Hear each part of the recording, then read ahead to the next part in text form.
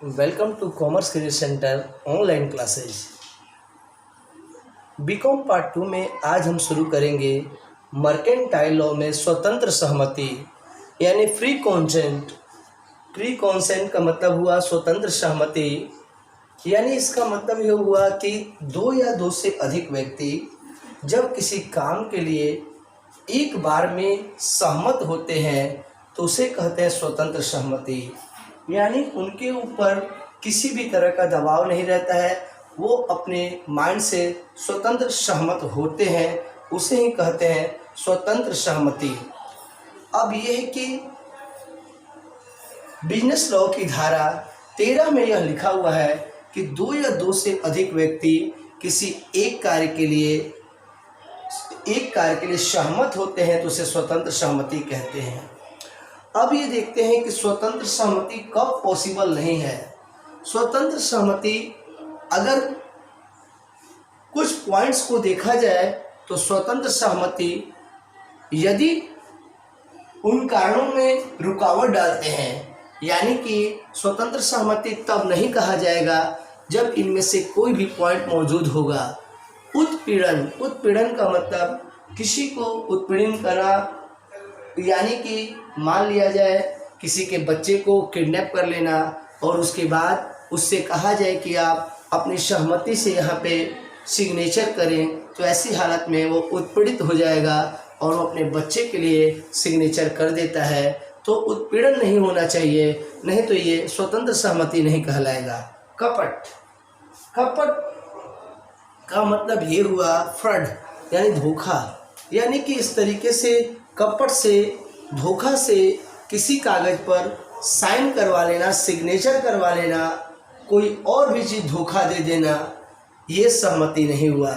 यानी कि आप किसी को हाँ कहवाते हैं लेकिन किसी धोखा से, किसी कपट से, तो यह सहमति नहीं है। भूलवश का मतलब ये हुआ, हो सकता है कि सहमति करने वाला प्रस्तावक या प्रस्तावी किसी से भी भूल हो सकता है।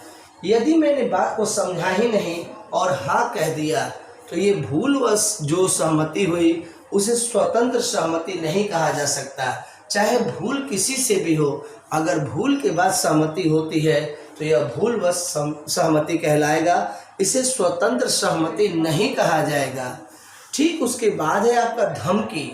यदि आपको किसी काम को करने के लिए धमकी दिया जाता है, यदि जान से मारने की या बंदूक दिखाकर या किसी भी तरह का अगर आपके ऊपर ज़बरदस्ती किया जाता है, धमकी दिया जाता है, तो ऐसी हालत में यह सहमति जो होगा स्वतंत्र सहमति नहीं होगा।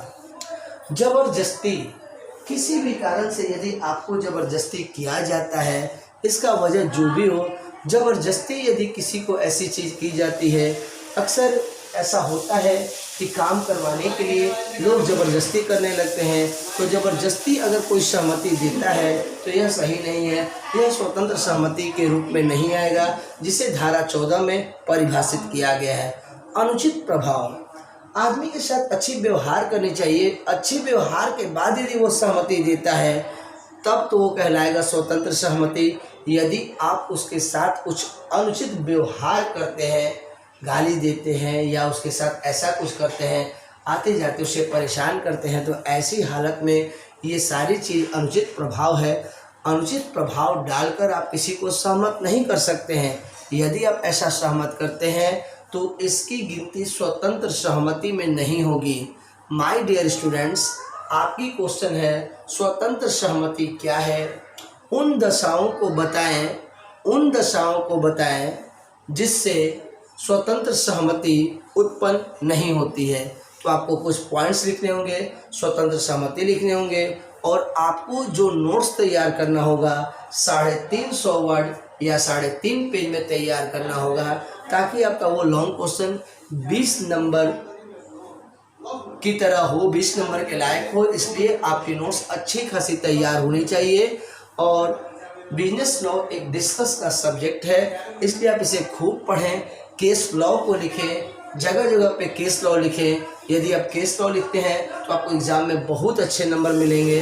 केस लॉ को पढ़ें, उसके बाद लिखिए। जहाँ तक पॉसिबल हो अपने शब्दों में ही उत्तर दें। तो आज के लिए बस इतना ही।